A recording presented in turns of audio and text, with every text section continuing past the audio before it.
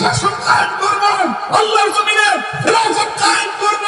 সেজন্য যদি জীবন দিতে হয়, জীবন দেওয়াকে সৌভাগ্য মনে করব, রক্ত দিতে হলে রক্তের বন্য প্রবাহিত করব। সন্তানদেরকে ইয়াতীম করতে হলে সন্তানরা ইয়াতীম হবে, স্ত্রীদেরকে বিধবা করতে হলে তারা বিধবা হবে। জীবনের বিনিময়ে আল্লাহর জমিনে কোরআনের রাস্তায় হওয়া, এটাই আমাদের চূড়ান্ত স্বপ্ন। এটা তো আমাদের পরিষ্কার কথা।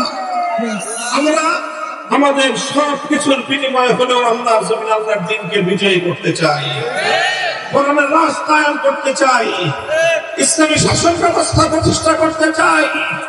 আল্লাহর জমিনকে আল্লাহর আইন দ্বারা আমরা শাসন এবং পরিচালনা করতে চাই। আল্লাহর পক্ষ থেকে আমাদেরকে যে খেলাফতের মহান জিম্মাদারি দেওয়া হয়েছে, সেই খেলাফতের দায়িত্বে সারা পৃথিবীতে আমরা আল্লাহ পাক রব্বুল আলামিনের খেলাফতের সোনালী শাসন ফিরিয়ে আনতে চাই।